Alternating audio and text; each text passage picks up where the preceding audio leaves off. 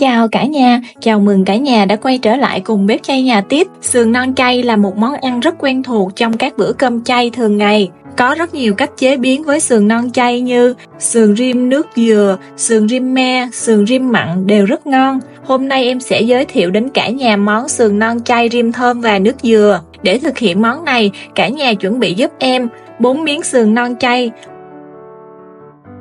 1 gốc tư thơm, hành lá. Nếu cả nhà mình không dùng được hành lá thì cả nhà có thể thay bằng boro nha. Sườn non chay bây giờ em đi ngâm cho nở mềm.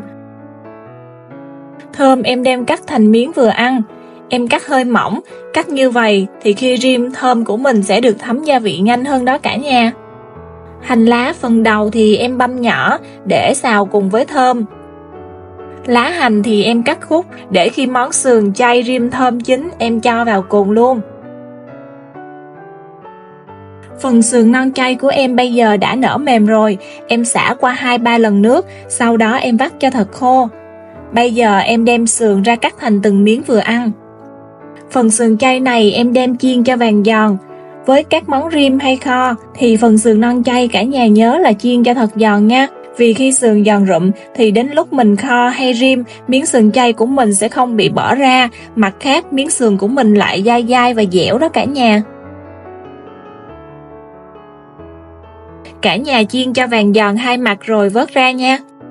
Bây giờ em đi pha phần nước sốt để rim.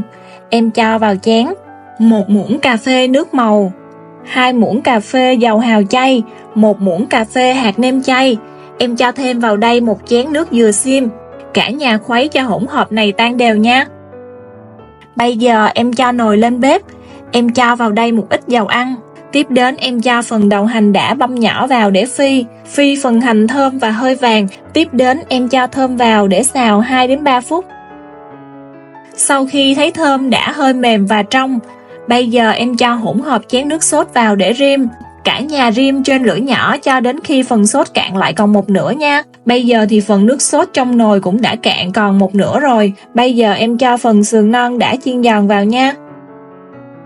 Cùng lúc này thì cả nhà cho thêm vào đây 1 muỗng nước mắm chay cho em luôn nha. Nước mắm chay em cho vào cuối như thế này là để phần nước mắm chay không bị mất mùi đó cả nhà. Bây giờ thì cả nhà bật lửa lớn, cho phần nước sốt thấm vào sườn nha. Tầm 5 giây thì bây giờ nước sốt trong nồi cũng đã thấm hết vào sườn chay rồi. Cả nhà tắt bếp và cho phần lá hành vào nha. Bây giờ em bày ra dĩa, em mời cả nhà cùng thưởng thức với em. Hôm nay em có luộc thêm 1 dĩa cải ngồng để ăn cùng.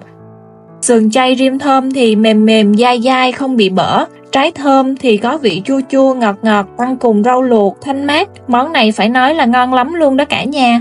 Cả nhà nhớ làm thử món này rồi cho em biết kết quả với nha. Em xin tạm dừng video ở đây. Nếu như có cách nấu nào khác, cả nhà cùng bình luận phía bên dưới cho em biết với nha. Em xin chào tạm biệt và hẹn gặp lại cả nhà trong những video sau.